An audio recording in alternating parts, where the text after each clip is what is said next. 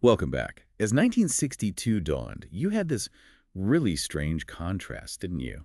Moscow celebrating New Year's, Khrushchev talking peace. But underneath, yeah, there was this definite sense of unease. Washington certainly picked up on it. Something felt off.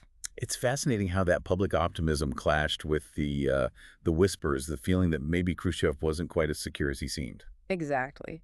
Even his New Year's toast apparently lacked that usual Khrushchev spark, which for him was noticeable. It really tells you how hard it was to read the Soviet system then. Totally opaque. And that feeling that something was wrong, it just grew in early January. So today we're diving deep into a key chapter of Michael Beschloss's The Crisis Years. It's the one titled, Your President Has Made a Very Bad Mistake. Right. And our mission really is to unpack that complex mix of personalities, the anxieties, the political heat, and crucially the miscalculations that shaped those first months of '62 for both Kennedy and Khrushchev. Because looking back, you see, it wasn't smooth sailing diplomacy. Beschloss does a great job using, well, historical analysis, diplomatic cables, contemporary reports. To show just how fragile things were, you really get a sense of the immense pressure both leaders were facing. It's a much more nuanced picture than you might think. Okay, let's start with Khrushchev then. The picture coming out of Moscow was, well, unstable seems like the word. Definitely. Beyond the official flu story, you had rumors flying serious illness, maybe even resignation. His speech in Minsk didn't help. He mentioned retirement age. Yeah, and the difficulty of being out of work, it just fueled the fire. And the rumors got pretty wild, didn't they? Beschloss mentioned stories of him being punched, stabbed. Sure, even arson at his dacha, incredible stuff. The fact the Soviet Foreign Ministry actually had to come out and deny it all, call them lies. And that tells you how seriously the West was taking these rumors. It highlights that constant guessing game, just how stable was the Soviet leadership. Washington was trying hard to figure it out. Chip Bolin, the old Soviet hand, he urged caution, right? Said Khrushchev wouldn't have left Moscow if he was really in trouble. But John McConney, the new CIA director, had a slightly different take. He thought, okay, Khrushchev probably wasn't about to be ousted immediately, but he was constantly juggling internal politics. His colleagues weren't Stalin-era puppets. They had their own clout, their own agendas. And this internal pressure connects to the bigger picture, like the Sino-Soviet split. Absolutely. McConney thought there was maybe a 50-50 chance of a total break between Moscow and Beijing, which was huge. And Ambassador Thompson's advice was crucial there, wasn't it?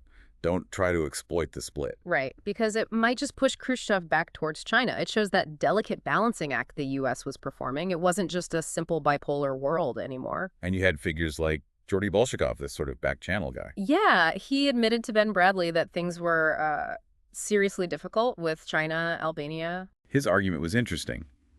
The West could live with Khrushchev, but his successor, maybe not so much. Exactly. So his solution, or his pitch, was progress on Berlin. He argued that giving Khrushchev a win there would strengthen him against the hardliners, the firebrands back home, who hated peaceful coexistence. So using a foreign policy issue to shore up domestic standing, it shows how tangled those things were, even in the Soviet system. Definitely. And Khrushchev needed shoring up domestically. His big plans for agriculture, consumer goods, communism by 1980. They weren't going well. Not at all. The Virgin Lands harvest was the worst in 5 years. People wanted better living standards, food, housing, cars, not just more rockets. So there was a gap between his promises and the reality people were living. His tough talk on Berlin hadn't delivered anything tangible either. And fundamentally, his authority was being questioned internally. It's that classic problem for authoritarian leaders, isn't it? Keeping legitimacy when the promises don't pan out. Plus, the irony denouncing Stalin's cult of personality. While building his own. You had that documentary, Our Nikita Sergeyevich, the fictionalized book about him as a minor. Even the New York Times poked fun at a novel portraying him as a hero. It shows that contradiction in his leadership. Rejecting Stalinism, but using some of the same tools. And internationally, things weren't great for him either. The Sino-Soviet split shattered the image of a united communist front. Albania defied Moscow. And Cuba, the only real gain since he took power, wasn't exactly a Soviet master plan. It just sort of happened. Llewellyn Thompson's advice when he was back in Washington really summed it up, didn't it? It wasn't about whether Khrushchev was good for the U.S. No, it was pragmatic. He was probably the most normal leader they could expect. Even with his dangerous Berlin policies, any successor might be much harder to deal with, less predictable. So a stable, difficult Khrushchev was maybe the best bet for maintaining some kind of coexistence, despite everything. It was a complex calculation for the U.S., recognizing his flaws, but also the dangers of who might come next. Okay, so let's flip over to Kennedy. He had his own set of frustrations, right? Especially concerning Dean Rusk, his Secretary of State. Yeah, this part of Beschloss's account is really revealing. Kennedy kept up appearances publicly, but privately. He had some pretty sharp words for Rusk. He did. He complained to Theodore White that Rusk, well, he never gives me anything to chew on. He wanted more intellectual sparring, I think. He compared him unfavorably to Atchison, though acknowledging Atchison could be difficult. Right. He saw Rusk as calm, wise, thoughtful, but ultimately, and this is a killer line, an excellent secretary if you're not interested in foreign affairs, but I am. Ouch. It really highlights Kennedy's own hand-on approach to foreign policy. He felt he was basically doing the job himself. He even talked about Dick Goodwin's role at State. His job was to needle them every minute. That's not standard operating procedure, is it? Shows Kennedy's impatience. And this wasn't new, was it? His doubts about Rusk went back to the Bay of Pigs. Oh, yeah. He supposedly asked, how do you fire a Secretary of State who does nothing good or bad? He felt Rusk just presented options, never really pushed for one course. He told Hilsman he was generally unhappy, but felt stuck. It was a persistent issue. And you have to imagine how that felt for Rusk. Beschloss calls him a proud and sensitive man. Even with his public loyalty, that kind of private presidential criticism must have stung. It points to a real disconnect in expectations, maybe. Well, Beschloss credits Rusk with strengths, discretion, good congressional relations, willingness to deliver bad news. But Kennedy wanted something else. Informality, originality, aggression, the kind of energy he saw in Bundy or McNamara. Exactly. And it wasn't just JFK. Robert Kennedy was also very critical. He felt Rusk didn't follow up, didn't initiate ideas, that everything came from the White House. Pretty much. RFK saw Rusk as defending the State Department bureaucracy, not being a true Kennedy man pushing the president's agenda. Which led to friction, obviously, over appointments, even over how U.S. companies should operate abroad, which was kind of the Attorney General overstepping, wasn't it? You could say that. Arthur Schlesinger's notes really capture that negative view from RFK's circle. Things like constant fear of inadequacy, colorlessness of mind. It's harsh. It paints a picture of Rusk being out of sync with the New Frontier vibe. And Kennedy seemed to, well, almost encourage the criticism, didn't he? He talked to O'Donnell about needing someone with more pep. But he didn't fire him. O'Donnell's question about getting another Atchison maybe gave him pause. Someone who might actively fight him. Could be. So publicly, Kennedy would praise Rusk. Tremendous operations, man. Even good errand boy. But then he'd bypass State for the big stuff. Relying on RFK, McNamara, Bundy, setting up task forces. And Rusk knew it. He worried about the informal way things were done in the West Wing, meetings without state reps, White House staff meddling. His comment about people with no responsibility really shows his frustration. That kind of internal tension, it must have affected policy coherence, you'd think. It certainly couldn't have helped. Okay, let's shift again. Let's look at the early U.S.-Soviet interactions and, well, the misunderstandings that cropped up. Right, starting with Thompson's replacement in Moscow. The Soviets were very specific about what they wanted. They were. Bolshakov made it clear, no boring diplomats. They wanted a prominent political new frontier type. Someone obviously close to Kennedy. And they kept mentioning Robert Kennedy. They did. To Bradley, to Weintoll. They really admired RFK. It shows how much Khrushchev personally invested in that ambassadorial link. He thought a big name would boost his prestige. It shows how personalized diplomacy was at the top level back then. Absolutely. And they were pushing for other connections, too. Bolshakov talked to Salinger about Kennedy-Khrushchev TV exchanges. And floated Robert Kennedy visiting Moscow. Maybe with Khrushchev's son-in-law, Adzhubei, who was coming to Washington. Right, trying to build those direct channels. But Kennedy played it cautiously. He invited the Adzhubeis for lunch, but said no to RFK's Moscow trip. Yeah, wary of the press, misinterpretations, probably pushback from State. It shows the tightrope he was walking.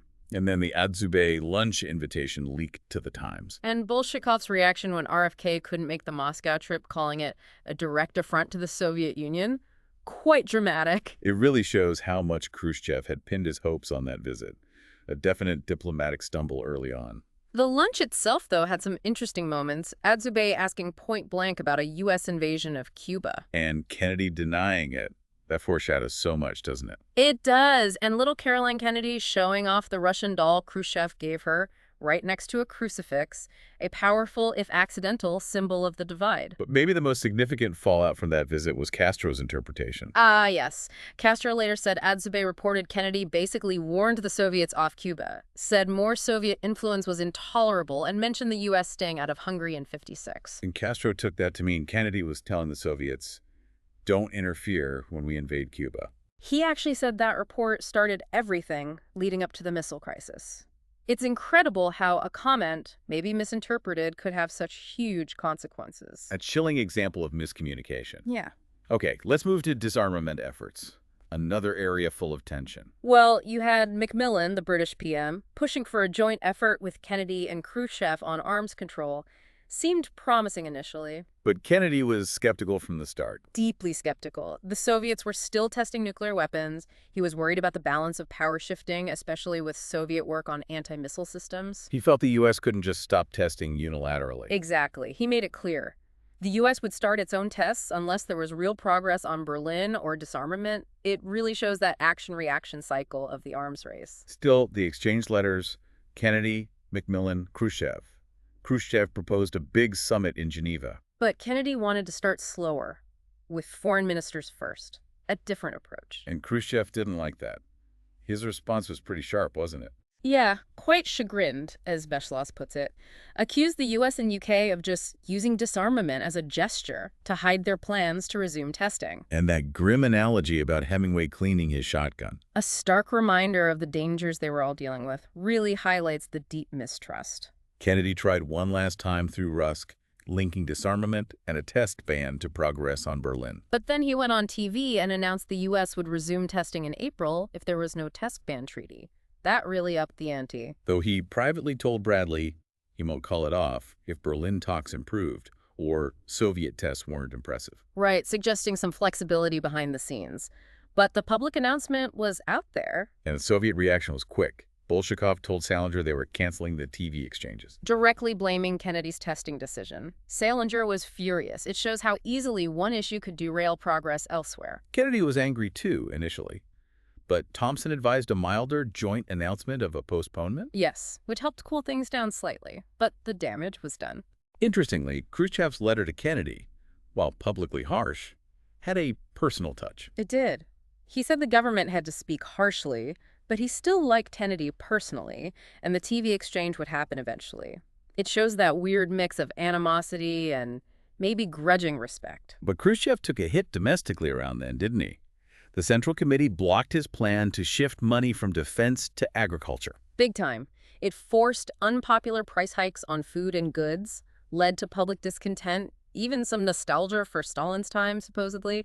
It weakened Khrushchev politically. So while they're dealing with these huge global issues, both leaders are also fighting battles on their home fronts. That definitely affects their decision-making. Okay, Berlin, that stalemate just dragged on, didn't it? It really did. Gromyko, the Soviet foreign minister, just kept repeating the same hard line to Thompson. No international control of the Autobahn, Soviet troops in West Berlin, totally unacceptable for the West. Rusk was just hoping talks could keep the status quo, even without progress. Seems that way. Just keep talking to avoid things blowing up. There were some minor flare-ups, like harassing planes going to Berlin. Yeah, but a quiet U.S. complaint stopped that. The fundamental problem remained, though. Kennedy wrote to Khrushchev in March, trying again, complaining about the harassment, saying their interests didn't have to clash over Berlin. But Khrushchev's reply was dismissive. That two goats on a narrow bridge analogy. No real opening. He offered to discuss an international access commission, but only if the West pulled troops out, made West Berlin a demilitarized city, and recognized East Germany. Exactly. Total non-starters for Kennedy and the Allies. They weren't going to concede West Berlin or formally accept Soviet dominance in Eastern Europe. So Thompson's assessment was basically, things are maybe less dangerous than before, but surprises are always possible. Pretty much. A cautious view, reflecting the ongoing tension and unpredictability. Amidst all that, though, Kennedy made that interesting proposal about space cooperation. Yeah, right after John Glenn's flight. Joint tracking stations, weather satellites, communications, even joint missions to the moon or Mars eventually. Sounded ambitious. The idea was to share the huge costs and risks, right? That was a pragmatic argument. But Khrushchev only agreed to medium-level talks. It resulted in very limited cooperation, some weather data exchange, a minor comms test.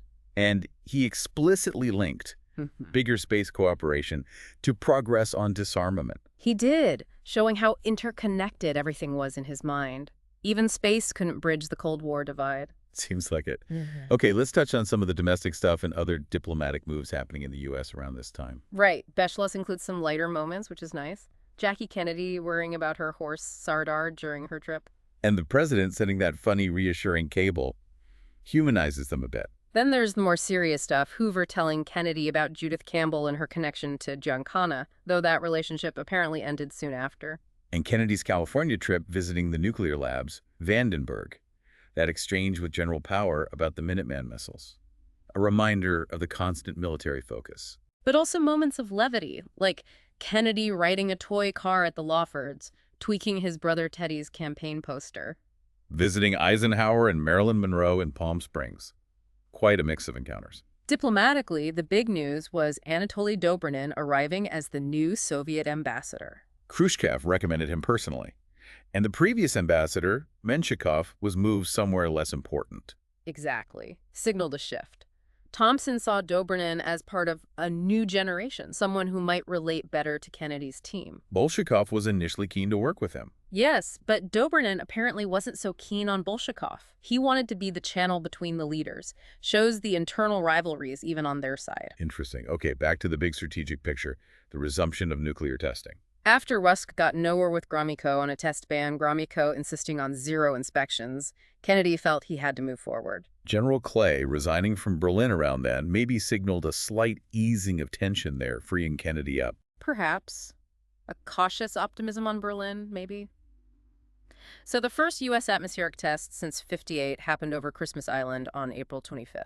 The start of Operation Dominic. Yeah. A big series of tests. Yeah, about 40 tests over 6 months. Less total yield than recent Soviet tests, but a clear signal of U.S. resolve. Life magazine's description of the blast sounds incredible, terrifying. And the Soviets were watching closely.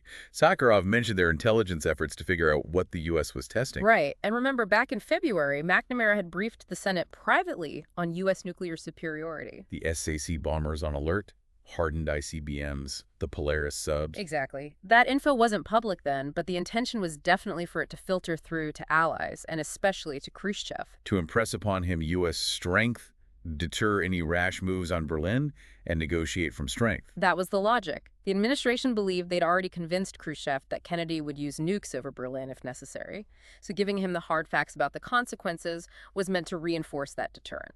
It's that chilling logic of nuclear deterrence again. It is.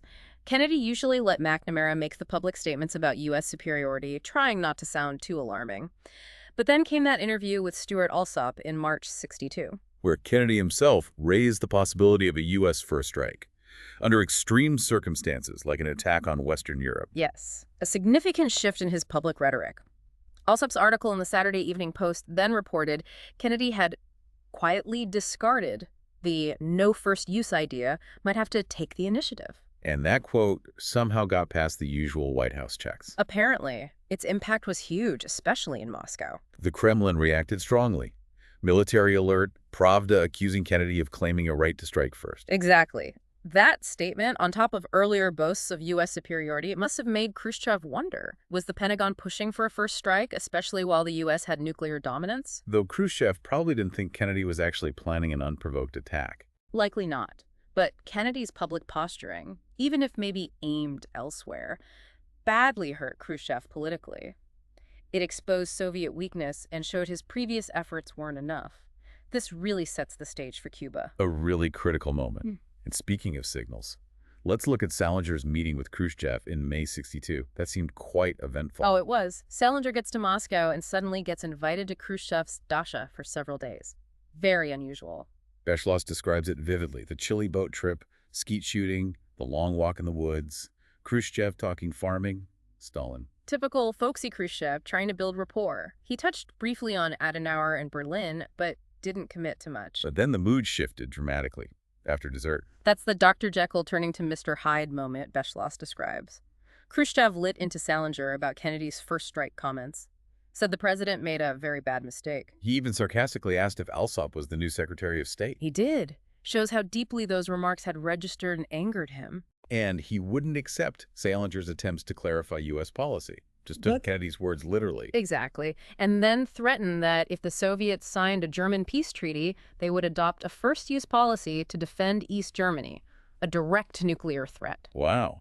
But then he also shared that state secret about the Berlin tank standoff, claiming he ordered the Soviet tanks back first. Yeah, a surprising bit of seeming candor.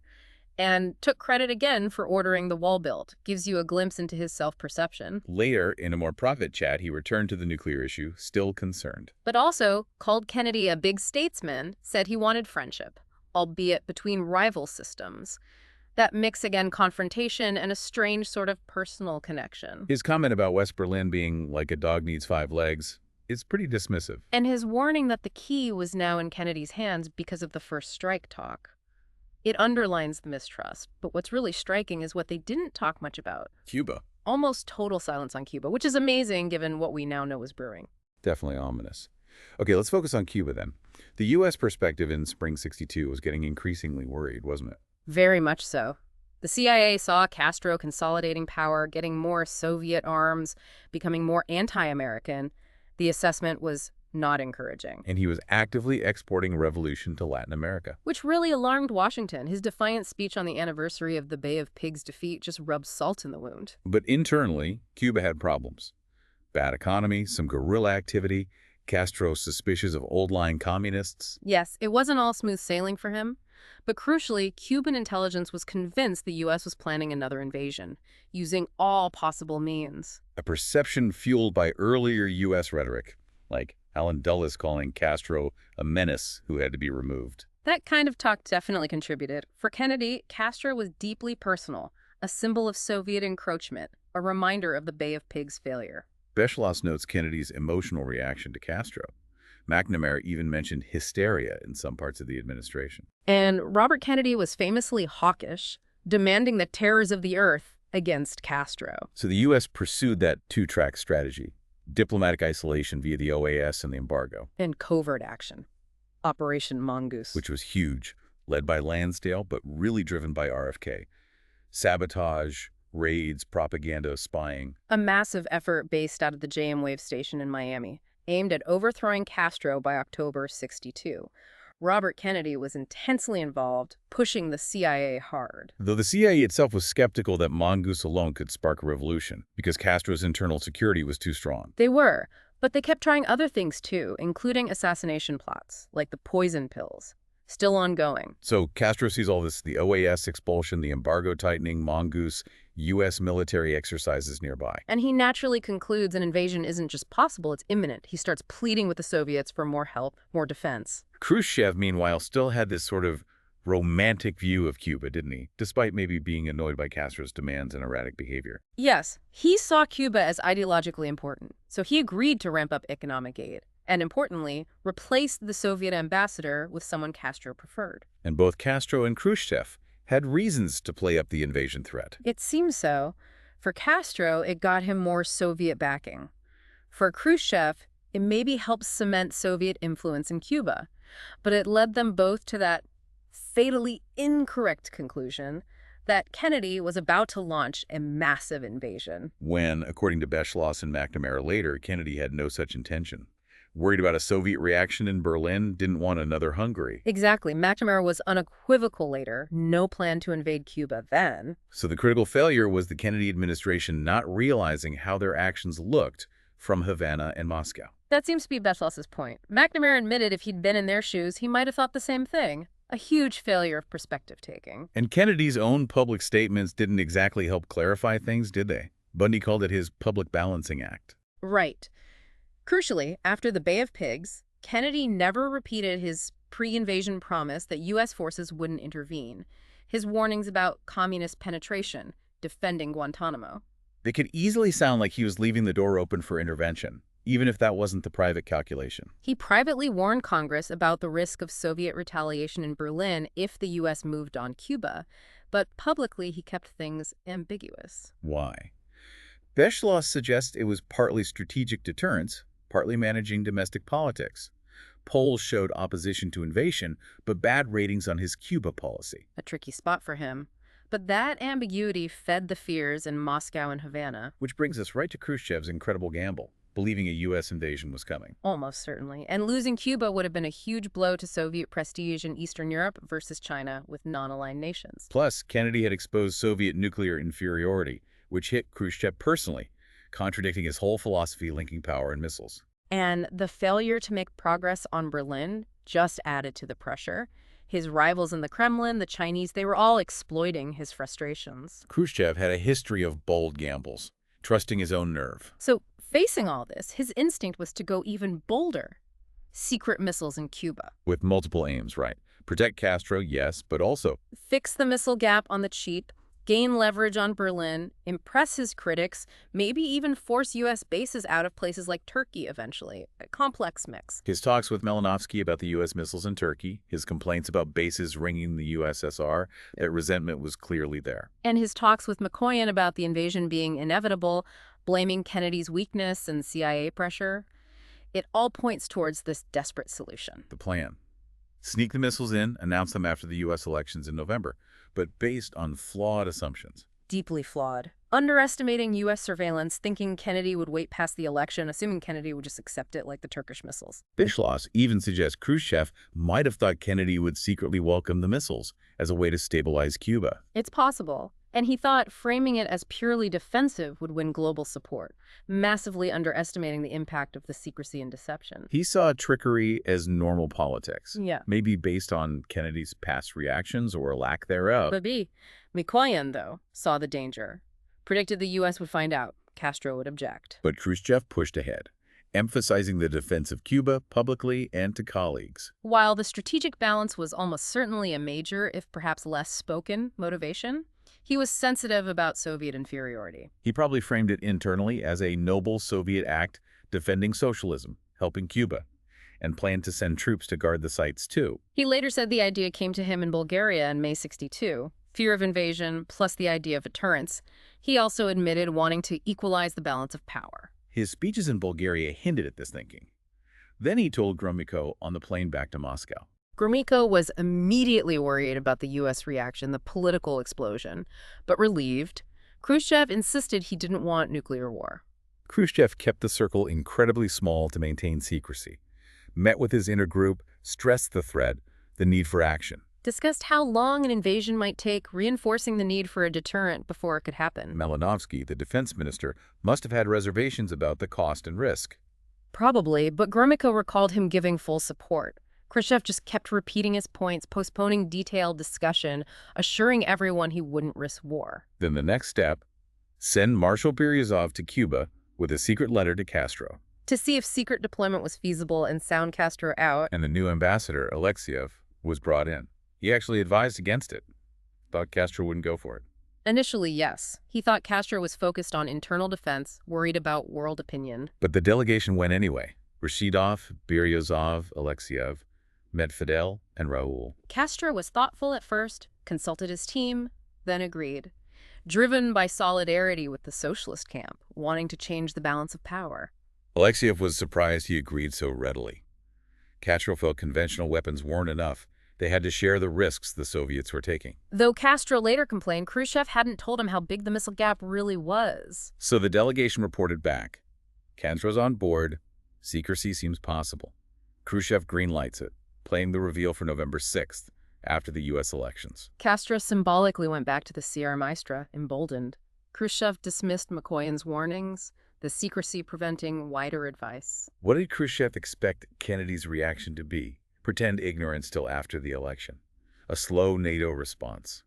Deterrence via the Berlin threat. Possibly all of the above. And he genuinely seemed to think he had the right to put missiles there, just like the U.S. did in Turkey or Italy. Gromyko recalled Dulles justifying U.S. bases the same way. Maybe he thought Kennedy would react like he did to the Berlin Wall protest, but ultimately accepted to avoid war. That seems plausible.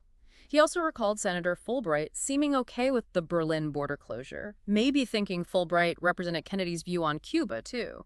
A misreading, perhaps. And crucially, the U.S. hadn't issued a clear, formal warning against offensive missiles in Cuba as late as May '62. A potentially huge missed signal. So Beschloss concludes, Khrushchev felt some relief having devised this plan, but was still angry at the U.S. for exposing Soviet weakness and hinting at first strike. That final quote from his memoirs is chilling, wanting to give America a little of their own medicine because they'd never suffered war at home. It really captures the emotion and resentment driving him. Okay, as we wrap up, let's quickly cover some of those endnotes Beschloss provides for extra context. Right. Things like speculation on the Lunita story source, Goodwin moving to state, Kennedy eventually calling Rusk Dean. Which Mrs. Kennedy thought was very significant. Also, Rusk's consistent framing of his professional distance from JFK and the bad blood between Rusk and Schlesinger Jr. The poorly kept records in the Kennedy White House. Kazin becoming Bundy's deputy. The potential confusion in Castro's memory between Adzhubei and Vienna. Kennedy not wanting to use the Nevada test site, the U.S. not canceling the April tests as a goodwill gesture. More on Jackie's horse. Menshikov's positive farewell note about Kennedy despite everything. Khrushchev endorsing Dobrynin as a confidential channel. The British scientists' worries about high-altitude tests affecting the Van Allen belts, which turned out to be right. Rumors of Soviet decoys. The cables reassuring Adenauer during Salinger's Moscow trip. Eisenhower's reaction to Castro embracing the Kremlin.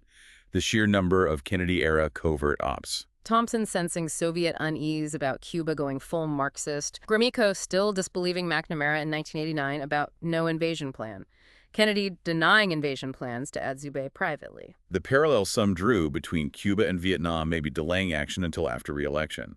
The huge cost of the missile operation suggesting it was more than just a bargaining chip. Mikoyan's son criticizing Biryuzov's intelligence. The CIA cost estimate. The crucial Soviet orders. Use missiles only in response to attack, only with Moscow's command. And finally, Arbatov criticizing the closed Soviet decision-making. Okay, so summarizing this whole period, early 62, Khrushchev under immense pressure. Kennedy managing his team critically, tensions soaring over Cuba and Berlin, leading to Khrushchev's massive gamble with the missiles. And the thread running through it all, as Beschloss shows so well, is misperception, miscalculation, and the unpredictable role of the leader's own personalities and relationship. It really makes you think, doesn't it? How might things have gone differently if Kennedy and Khrushchev had managed somehow to build more trust or communicate more clearly? What if they'd truly understood the pressures the other was under? Or perhaps, what lessons does this period hold for today about the catastrophic danger of misreading an adversary's intentions, especially when nuclear weapons are in the mix? That's something definitely worth pondering. And that concludes our deep dive into this absolutely critical chapter from the crisis years.